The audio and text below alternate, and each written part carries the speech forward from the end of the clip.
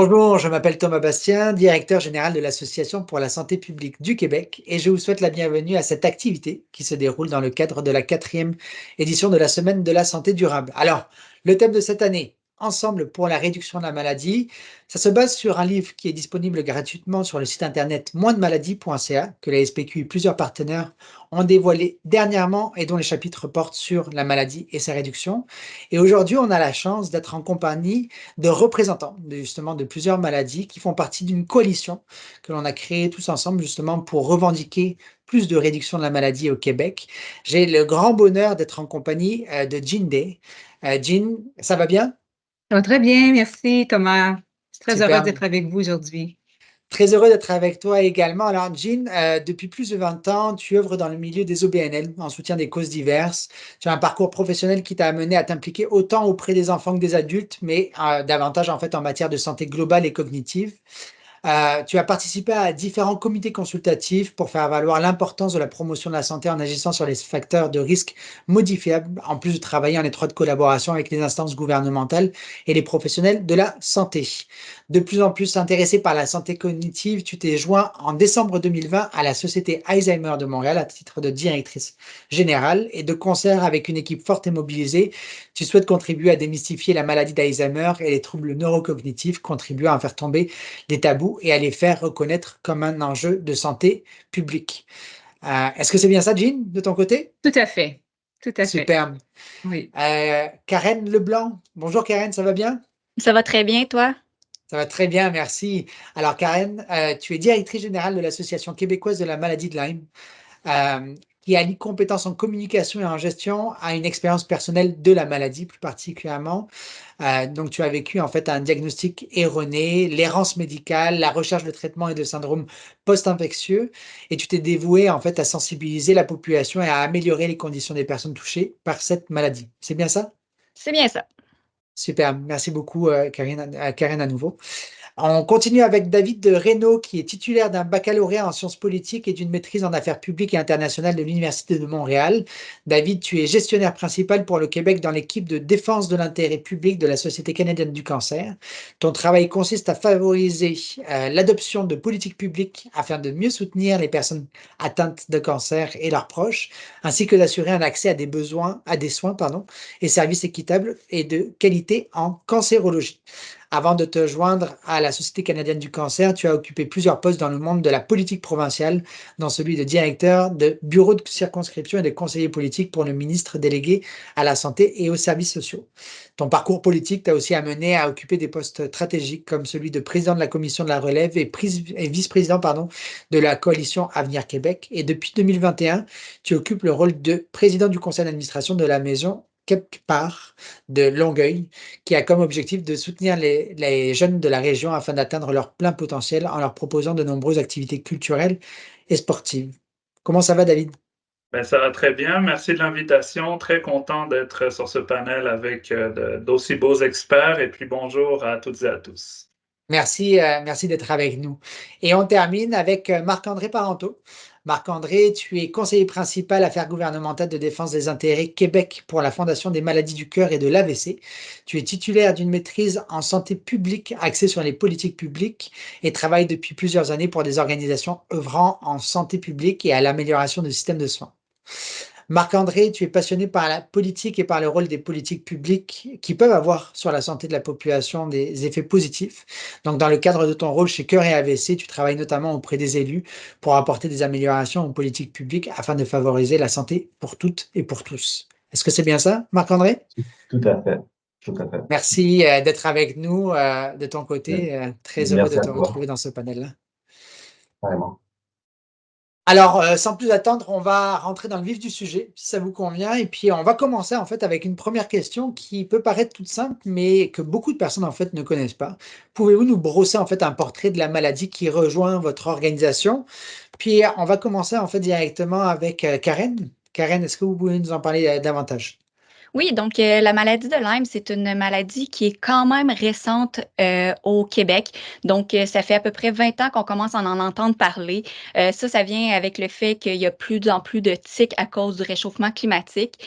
Cette maladie-là, c'est une maladie infectieuse qui est causée par la bactérie Borrelia burgdorferi qui est transmise aux humains par la piqûre de tic. Donc, ça se transporte entre les animaux et ensuite, ça va à l'être humain. Cette maladie-là peut entraîner vraiment beaucoup de symptômes. Ça va autant de symptômes légers que sévères, puis ça peut attaquer à peu près n'importe quel système du corps. Donc, ça peut affecter la peau, les articulations, le système neurologique et même le cœur. Fait que, puis en plus, cette maladie-là, ça vient pas seule. Donc, avec une piqûre de tique, une tique, c'est comme une aiguille sale dans la nature. Donc, ça va venir avec d'autres maladies comme les babésioses, les bartonelloses. Donc, ça complique encore plus cette maladie-là parce que c'est des maladies semblables puis tout autant graves. Donc, la caractéristique la plus insidieuse de cette maladie-là, c'est qu'elle est dure à reconnaître parce qu'elle ressemble à beaucoup d'autres maladies. Donc, on peut avoir des diagnostics, par exemple, de fibromyalgie, de fatigue chronique, de sclérose en plaques, parce que ça peut causer des taches au cerveau, là, comme des plaques au cerveau, comme la sclérose en plaques. Donc, à ce moment-là, elle est vraiment dure à reconnaître. Puis, plus qu'on retarde le traitement de cette maladie-là, plus elle se complique, puis elle est dure à éradier après dans le corps. Donc, ce qu'il faut comprendre aussi au Québec, c'est que les tests de dépistage ne sont pas fiables. Donc, il faut faire un diagnostic clinique. Mais pour faire un diagnostic clinique, il faut bien connaître la maladie. Donc, étant donné que c'est une maladie récente, les médecins ne sont pas nécessairement formés ou ne la reconnaissent pas nécessairement. Donc, ça mène souvent à des cas qui se compliquent puis qui deviennent graves. Puis aussi, une chose qui arrive avec cette maladie-là, c'est que les traitements pour traiter les cas légers, c'est efficace, mais pour traiter les cas graves, on a un peu plus de misère à comprendre comment régler ces problèmes-là. Donc, ce qu'il faudrait, c'est un peu plus de recherche au Québec pour ça, parce qu'on est juste au-dessus de l'épicentre mondial de la maladie de Lyme. Donc, il va falloir se responsabiliser. Oui, c'est ça, c'est tous les États au nord des États-Unis, à l'est. Oui. Donc, en dessous de nous, il y a 400 000 nouveaux cas de maladie de Lyme aux États-Unis. Donc, il y a sans Et au doute Québec, c'est combien de cas actuellement, Karen? En fait, on n'arrive pas nécessairement à savoir combien il y a de cas au Québec parce que c'est mal diagnostiqué. Donc, d'après notre évaluation, d'après les chiffres qu'on a aux États-Unis, il y aurait des milliers de personnes en ce moment au Québec qui ont la maladie de Lyme puis qui ne le savent pas. Donc, il y en a seulement 600 par année qui sont diagnostiqués. Parfait, merci beaucoup. Ça fait plaisir. Jean, on continue avec toi par rapport à Alzheimer? Avec plaisir. Alors, pour la plupart, la maladie d'Alzheimer, c'est associé vraiment à l'oubli. Alors, c'est beaucoup plus que ça, hein. Au niveau de la maladie d'Alzheimer, là, on est vraiment dans des symptômes comportementaux qu'on peut dire primaires qui sont liés justement aux troubles cognitifs et fonctionnels. Quand on parle de troubles cognitifs, on parle bien évidemment de la difficulté à se souvenir comment se comporter ou comment agir. On parle également d'altération des fonctions exécutives, c'est-à-dire l'organisation des séquences complexes d'activités. On parle également du trouble de langage et du trouble éventuellement de la compréhension du langage également. Au niveau des troubles fonctionnels, on parle de rendre inapte la personne à poursuivre soit une vie professionnelle, à maintenir des activités ou également de simples tâches quotidiennes. Au niveau des effets en réaction au stade primaire, bien, on peut aussi retrouver au niveau de la manifestation des comportements, l'apathie, le manque d'enthousiasme, l'agressivité et l'indifférence et encore plus. Au niveau des troubles neurocognitifs, on a plus de 25 différentes pathologies qui peuvent être à l'origine là, de troubles neurocognitifs et de la maladie d'Alzheimer, mais la maladie d'Alzheimer est la plus fréquente. Les autres causes les plus observées, bien entendu, c'est le trouble neurocognitif vasculaire majeur, la dégénérescence frontotemporale et la maladie à corps de Lévy. Bien entendu, mais on peut justement travailler en prévention et on peut travailler sur les facteurs de risque. C'est vraiment là, quelque chose qu'on veut vraiment nous travailler là, dans l'aspect de la prévention et la promotion de la santé, travailler sur différents facteurs de risque, rendre la population la plus informée possible pour qu'elle puisse se redonner du pouvoir sur sa santé et puisse agir. J'assistais dernièrement à différentes conférences et puis il y avait un de nos experts au Québec qui disait que dès qu'on fait quelque chose pour nos saines habitudes de vie, on fait quelque chose qui impacte également notre santé cognitive. Alors voilà. Santé cognitive, de ton côté, je pose la même question en fait qu'à Karen. Combien de personnes sont diagnostiquées actuellement en fait avec un diagnostic Alzheimer plus particulièrement, Jean? Oui, sachant que le diagnostic Alzheimer est dur à recevoir et présupposant aussi que le nombre de cas qu'on vous dit là, est à la baisse parce qu'on sait que à travers le monde, il y a plus de 40 millions de personnes qui ne sont pas diagnostiquées, mais qui souffrent d'un trouble neurocognitif. Présentement, au Québec, on estime à 170 000 personnes atteintes là, de la maladie d'Alzheimer. Merci, Jean. Merci. Marc-André, on continue avec toi? Oui, bien sûr. Les maladies du cœur et l'AVC sont l'une des principales causes d'hospitalisation et de médicaments sur ordonnance dans la province. Au pays, on estime qu'à toutes les 5 minutes, une personne meurt d'une maladie du cœur, d'un AVC, d'une infection connexe. Et donc, environ 3,5 millions de personnes de tous âges vivraient avec les séquelles de ces maladies. Évidemment, et malheureusement, ces gens visitent régulièrement le système de santé et mettent, bien évidemment, sans le vouloir, une pression sur le système de santé qui est déjà grandement sollicité. Pourtant, on estime que jusqu'à 80% des maladies de cœur et des AVC précoces seraient évitables grâce à de saines habitudes de vie. C'est vraiment ce dont on veut parler aujourd'hui quand on parle de réduction de la maladie, c'est essentiel. La prévention est donc très importante pour diminuer le risque de maladie de cœur et d'AVC et ainsi réduire le fardeau sur le système de santé. Donc, c'est des chiffres qui sont très élevés et on connaît certaines solutions et on souhaite réduire justement cette maladie-là. Et c'est pour cette raison qu'on était bien heureux de participer à ce panel aujourd'hui. Génial, merci beaucoup Marc-André. David, on termine avec toi? Oui, ben écoutez, le cancer, ça demeure en fait la première cause de décès au pays, donc c'est au Canada et au Québec. C'est une maladie qui touche en fait de plus en plus de gens avec le temps. Donc au Canada, on estime là qu'il y a environ 240 000 personnes qui reçoivent là, à chaque année en fait un diagnostic de cancer. Pour les données québécoises, là, c'est 59 500 cas environ par année, puis 22 000 décès. Donc, on voit que c'est une maladie qui a beaucoup d'impact. Peut-être c'est quoi le cancer? C'est contrairement à peut-être la croyance un peu populaire, peut-être c'est pas la même maladie forcément tout le temps. Il y a plus de 100 types de cancers différents. Puis même une personne qui a le même type de cancer qu'une autre, des fois, ça peut en fait réagir d'une manière assez différente et avoir une réalité tout à fait différente. Donc, il y a des diverses réalités aussi dans le cancer. C'est une maladie qui peut se développer et se propager depuis n'importe quel organe du corps. Grosso modo, là, on ne va pas rentrer dans l'aspect scientifique, mais comment ça marche, c'est que il y a des cellules là, que dans la reproduction, le bagage ADN est endommagé à un moment donné pour une raison ou pour une autre. Et ben ça fait qu'elle se reproduit incorrectement et puis ça crée une tumeur parce qu'elle doit se nourrir petit à petit. Puis ça endommage l'organe dans lequel elle se développe. Mais aussi avec le temps, comme elle grossit, elle commence à se propager dans le corps. Et là, c'est ce qu'on appelle, admettons, les cancers métastasiques, là, donc de type 4, où le cancer commence à se répandre un peu partout dans le corps. Et là, c'est les cancers du stade avancé. Puis il y a 4 stades là, en fait, pour le cancer. Je ne vais pas toutes les passer, mais grosso modo, ça va vraiment d'un cancer localisé qui est plus facile à opérer généralement et à traiter. Donc, stade 1 à stade 4, où là, on parle d'un cancer métastasié.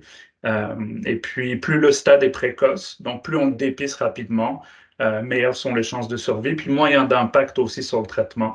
Donc voilà, je pense que ça brosse un portrait de la maladie, là. Alors, ce qui est intéressant en fait dans ce que vous avez présenté, et puis on a déjà commencé à aborder en fait la thématique de la prévention, on y reviendra un tout petit peu plus tard, mais Karen, vous disiez qu'on était dans l'épicentre un peu, hein, et puis avec une augmentation très rapide. Jean, de ton côté, on n'est pas forcément en fait dans la même variation, dans la même évolution en fait en tant que telle. Marc-André, David, par rapport aux 2 différentes maladies que vous avez parlé, on parle de maladies en fait qui sont reliées aussi à des habitudes de vie. Donc, on a des habitudes de vie qui malheureusement vont pas forcément dans le bon sens. Donc, est-ce qu'on voit une évolution? Qu'est-ce que vous pouvez dire par rapport à l'évolution de vos maladies plus particulièrement? Puis David, on va repartir avec toi directement. Parfait. Le cancer, en fait, ce qu'il faut comprendre, c'est qu'il y a de plus en plus de gens qui sont touchés par le cancer, puis on va s'attendre à ce qu'il y ait de plus en plus de gens aussi qui reçoivent un diagnostic de cancer à chaque année. Pourquoi?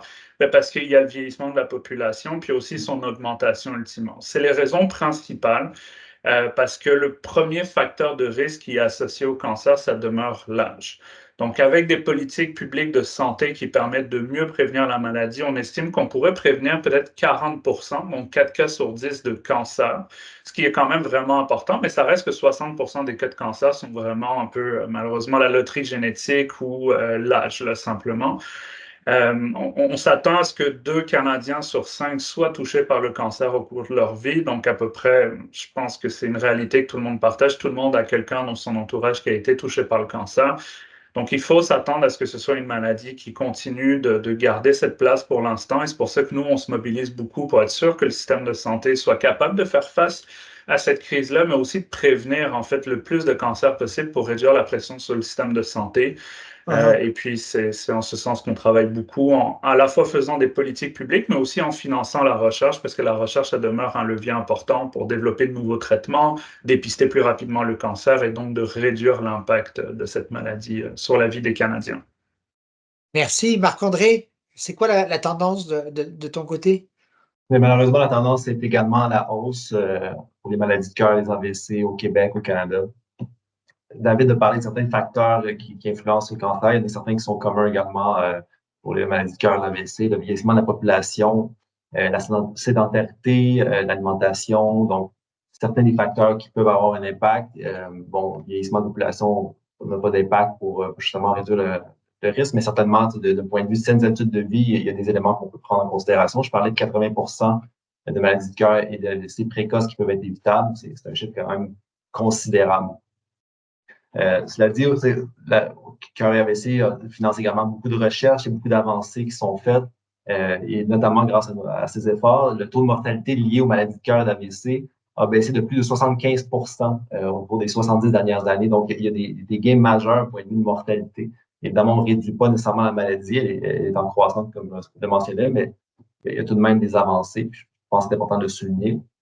Mais il reste évidemment beaucoup de travail à faire à cet égard. Jean, on revient vers toi. Tu parlais justement en fait d'une réduction, mais je ne sais pas, est-ce que c'est une réduction en fait du nombre de personnes qui sont atteintes d'Alzheimer ou alors c'est une réduction qui est autre? Comment ça se passe de ton côté au niveau de l'Alzheimer? Ben, nous aussi, on est en hausse au niveau des diagnostics et des cas, là, et ça va continuer. Les statistiques nous disent que d'ici 2050, une augmentation de près de 145% de diagnostics au niveau de la population, au niveau du Québec. Au niveau du Canada, on estime à peu près aussi une augmentation où on pourrait atteindre 1,8 million là, de personnes atteintes d'ici 2050. Et pour la population autochtone, quand même une augmentation d'à peu près 175% pour 2050. Nous aussi, on pense que tout l'aspect là, de la mobilisation citoyenne, de la mobilisation des experts de la santé est un facteur. Là. Ce sont des activités plutôt qui vont faciliter là, justement la réduction peut-être de l'apparition des symptômes chez nos gens, parce qu'on si on met des bonnes politiques et si on travaille sur les facteurs de risque et les facteurs de prévention et de protection, on pense qu'on pourra réduire justement le nombre de personnes atteintes, mais également retarder possiblement l'apparition des symptômes.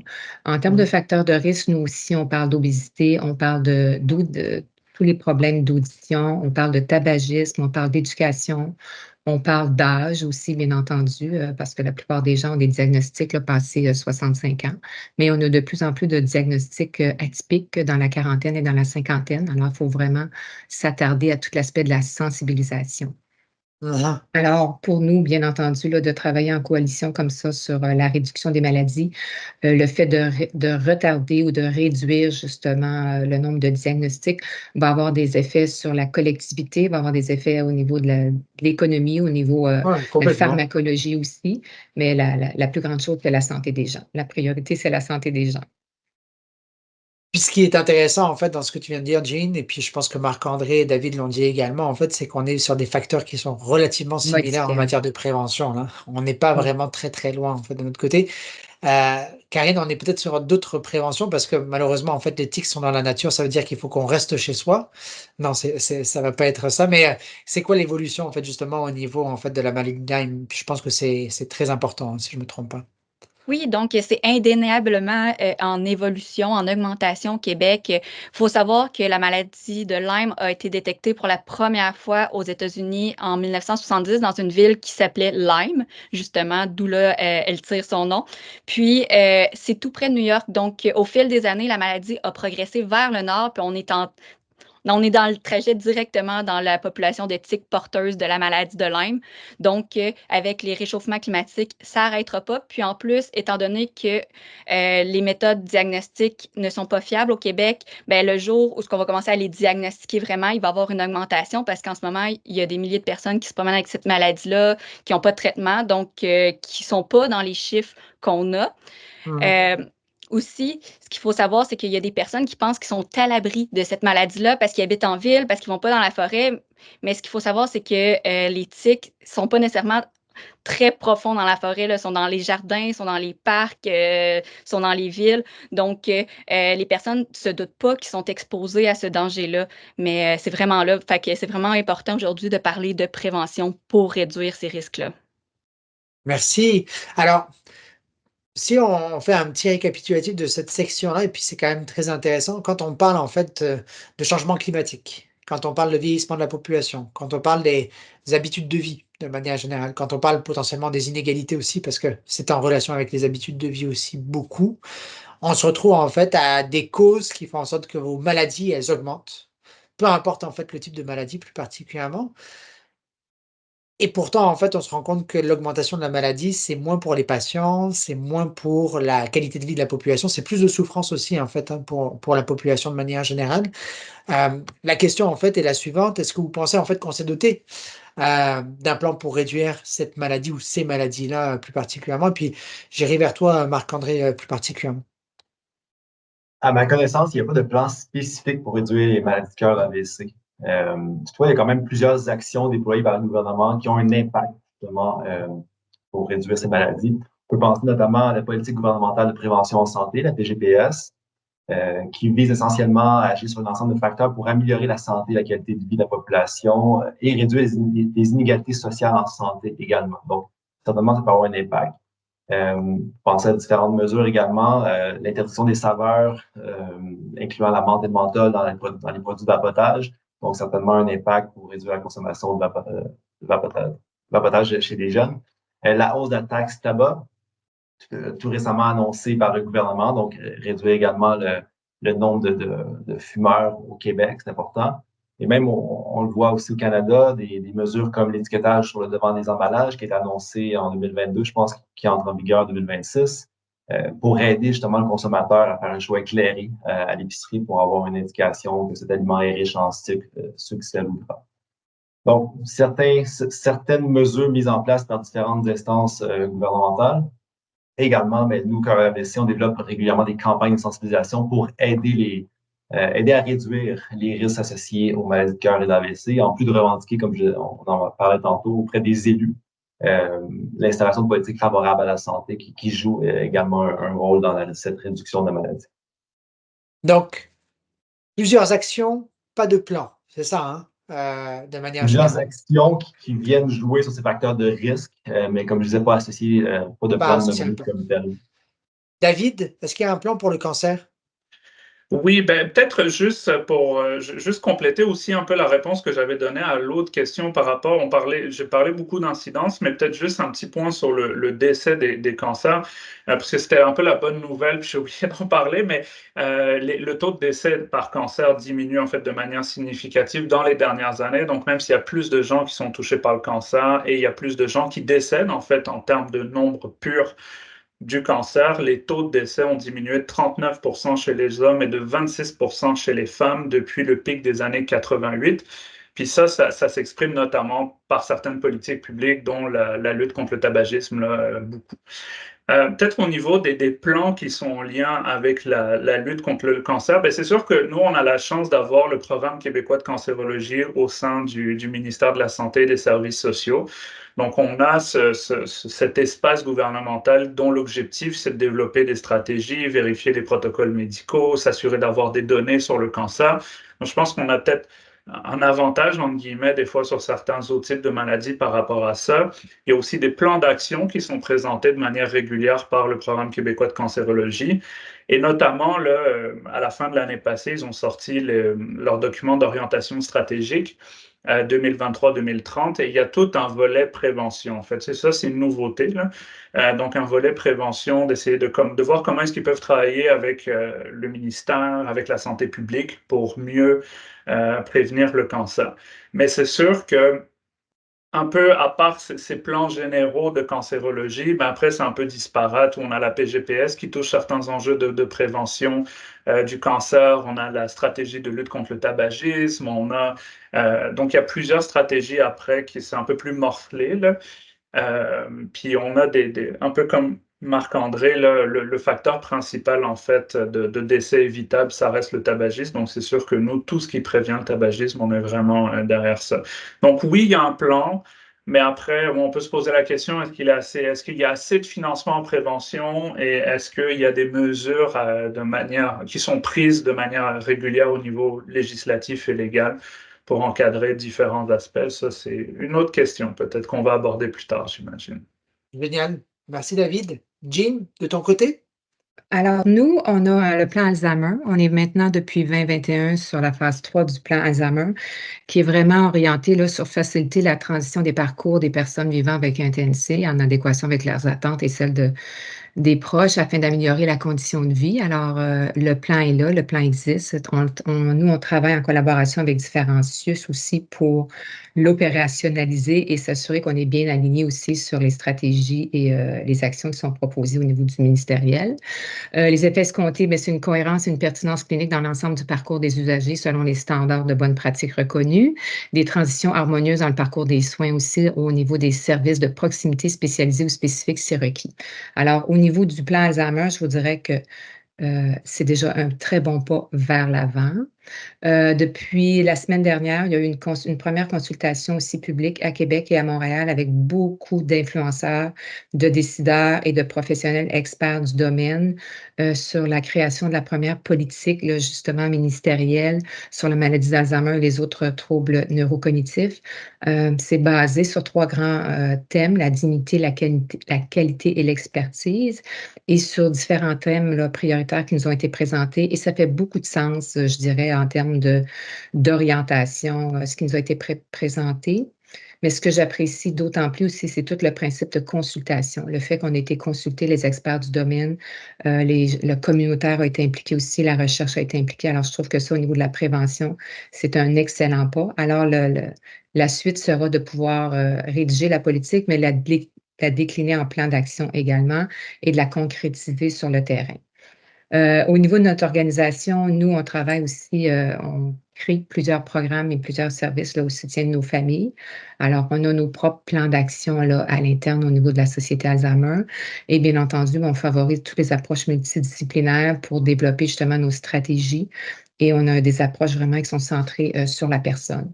Alors, selon le rythme, selon le milieu, selon l'accompagnement souhaité. Très différent, encore une fois, hein. Karen, Oui. on termine avec vous. Oui, donc comme je vous le disais, la maladie de Lyme au Québec, c'est relativement récent. Donc oui, les instances sont de plus en plus au fait, mais non, il n'y a pas nécessairement de plan. On voit de plus en plus de campagnes de sensibilisation qui viennent du fédéral, du provincial, mais il n'y a rien d'attaché ensemble. On a aussi le projet de centre de référence pour des traitements et du soutien aux personnes.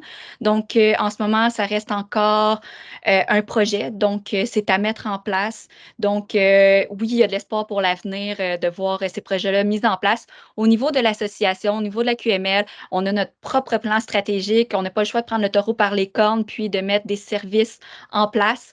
Donc, ce qu'on fait, c'est de la formation auprès des travailleurs à risque.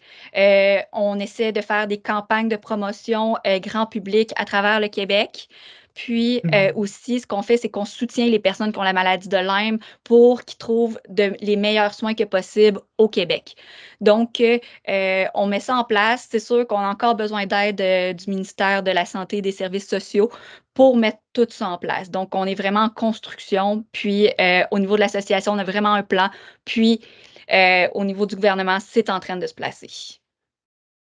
Ce qui est quand même très intéressant, et puis je reviens par rapport à la deuxième question que je vous avais posée sur justement en fait l'évolution et puis en fait potentiellement en fait certains facteurs qui font en sorte que l'évolution elle est relativement similaire en termes d'augmentation de manière générale. on est sur des facteurs qui sont relativement similaires les uns des autres, mais pourtant, en fait, vous avez des plans qui sont différents et vous avez aussi, en fait, une vision qui est différente selon les maladies. C'est intéressant, en fait, hein, justement, de les mettre les uns à côté des autres. Jean, tu nous disais justement, en fait, que vous êtes en train de développer quelque chose. C'est intéressant, en fait, parce que j'ai comme l'impression, en fait, que les autres maladies sont pas forcément au courant et pourtant, il y a des choses qui pourraient être retranchées. David, Absolument. vous, de votre côté, vous êtes très avancé. Marc-André, c'est en train de se développer à travers certaines actions. Karine, c'est vraiment un balbutiement, mais qui est en train d'arriver aussi. Mais ce qu'il y a, c'est que chacun, en fait, développe ses planifications par rapport à ces maladies, alors que parfois, on pourrait avoir une sorte de tronc commun avec, Oui. avec justement, en fait, des initiatives qui pourraient être renforcées si on se mettait tous ensemble. Puis ben, justement, en fait, ça arrive à ma dernière question. Heu, la dernière question, en fait, qui est, bah, comment on peut travailler, en fait, justement pour réduire vos maladies? Alors, vous avez parlé, en fait, de plans plus particulièrement, mais là, on est plus dans une conversation où vous vous parlez ensemble, où on essaie de trouver, en fait, potentiellement une solution collective aussi à un moment donné, ou alors peut-être d'essayer d'arriver avec des nouvelles choses qui ne sont pas existantes sur le terrain et desquelles on aimerait se doter. Donc, Karine, pardon, je repars avec vous, directement. Oui, donc, premièrement, je pense que ça passe par, la sensibilisation du public. Donc, on est tous responsables. Je pense que dans chaque cas, il y a dans le fond, la population a sa responsabilité. Donc, au niveau de la maladie de Lyme, c'est, la prévention de, piqûres de tiques. Donc, c'est le port de vêtements longs en nature, c'est l'utilisation de répulsifs pour les tiques, c'est d'éviter les zones boisées, par exemple, pas sortir des sentiers, ça peut aider. Puis, la mesure absolument mettre en place dès maintenant, c'est de vérifier son corps quand on revient de l'extérieur. Donc, même si on était juste dans un parc urbain, c'est vraiment de vérifier en arrière des genoux, dans les cheveux, s'il y a des tiques à ce moment-là.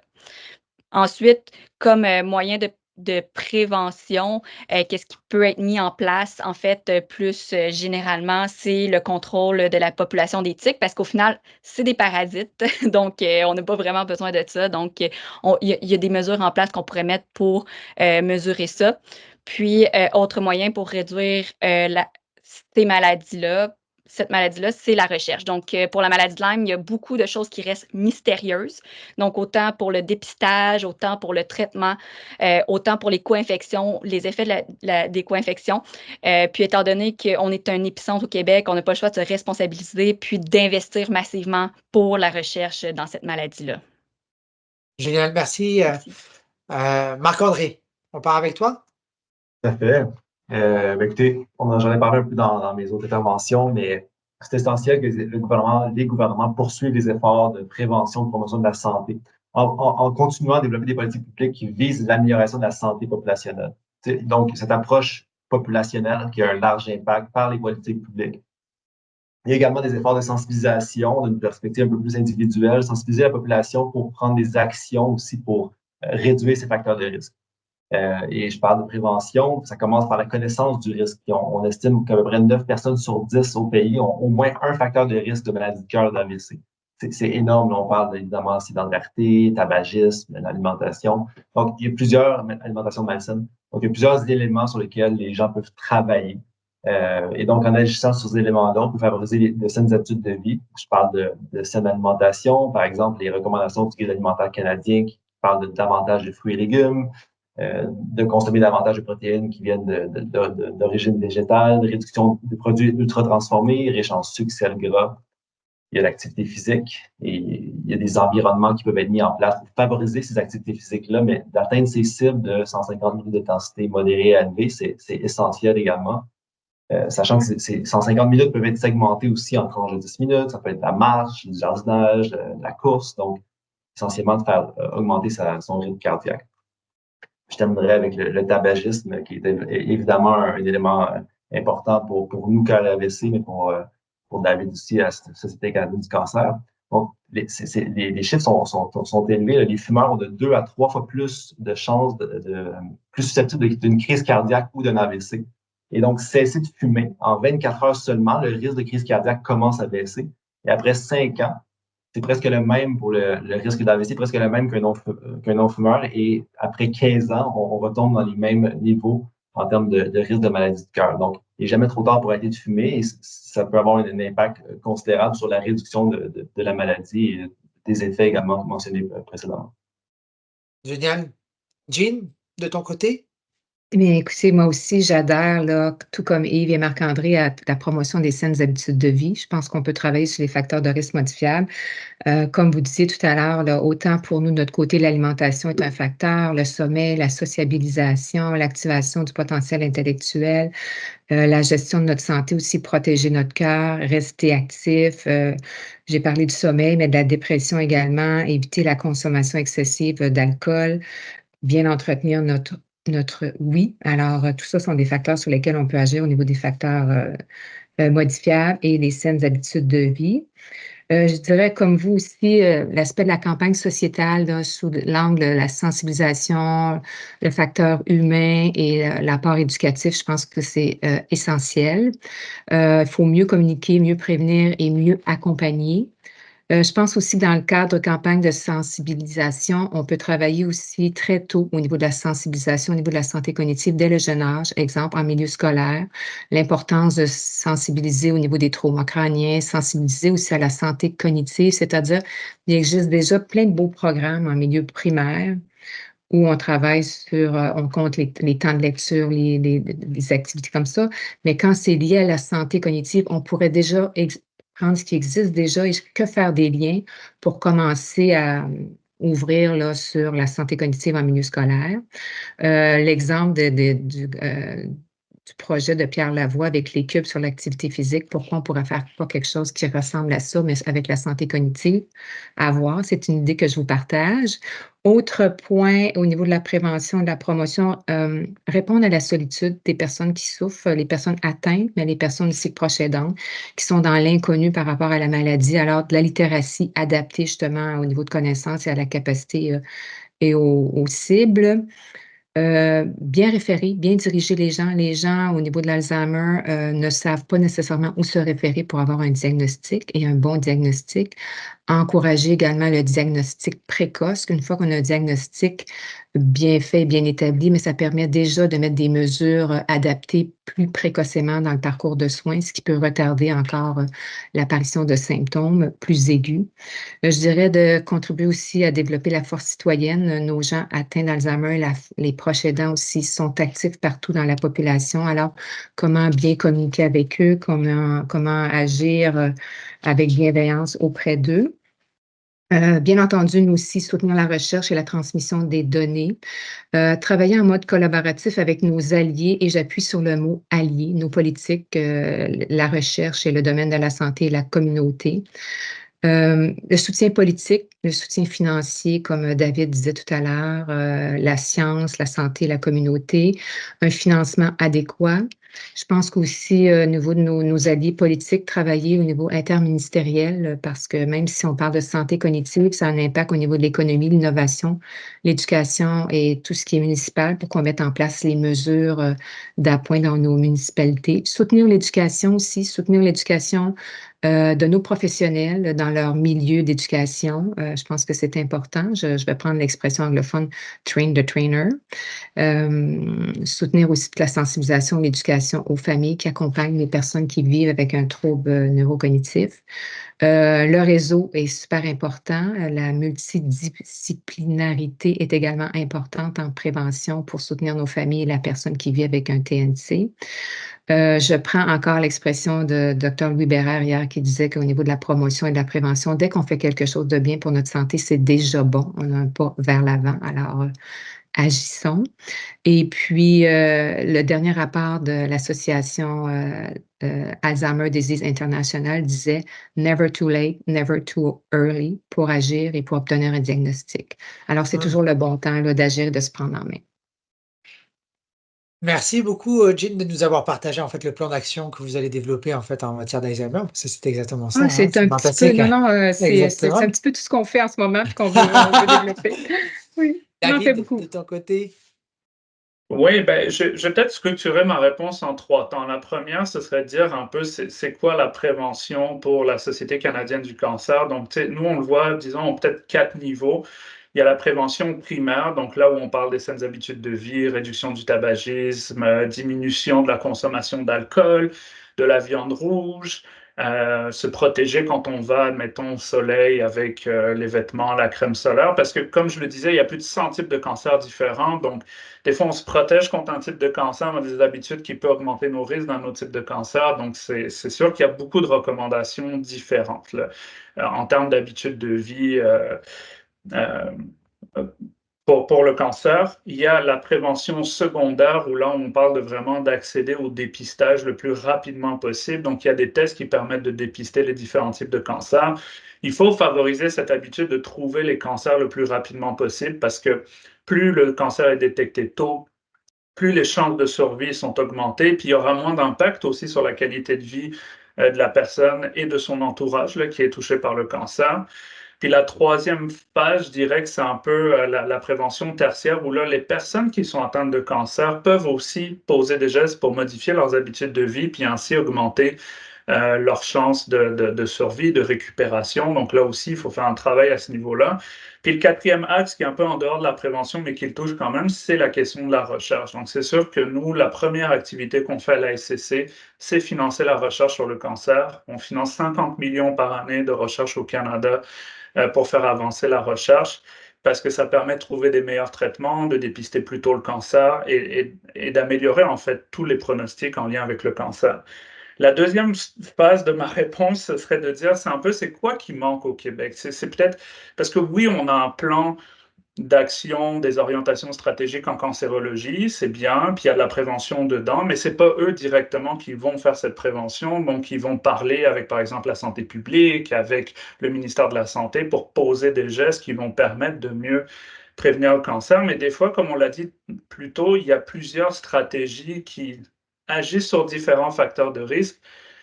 Puis le point commun qui devrait tout avoir, c'est la PGPS, donc la politique interministérielle.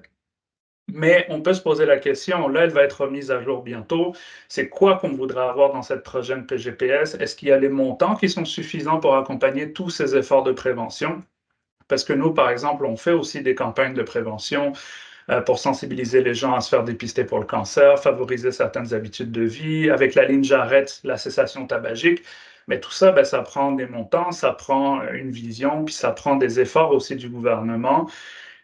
Et puis, la dernière réponse que je dirais, c'est au-delà des programmes, là, il y a aussi la question des politiques publiques. Donc oui, il faut faire de la promotion des saines habitudes de vie, il faut en parler, il faut éduquer les gens en fait sur les risques auxquels ils sont exposés parce que souvent ils sont pas au courant aussi, c'est important. Mais il faut aussi être capable d'encadrer certains produits nocifs à la santé. Donc par exemple le tabac, les boissons sucrées, on peut parler de l'alcool aussi avec le temps. Donc tous ces produits qui augmentent les risques, mais il faut poser des gestes pour que les gens sachent c'est quoi les risques qui sont associés à la consommation de ces produits, puis être sûr que ces entreprises font pas du profit sur le dos de la santé des gens, puis ça, c'est important pour nous aussi.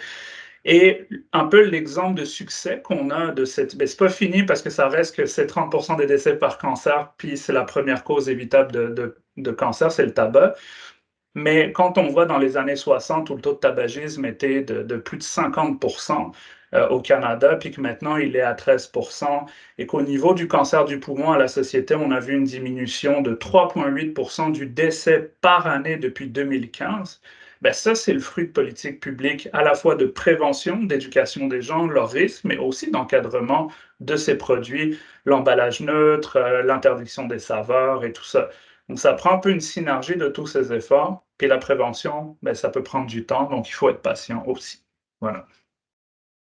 Merci.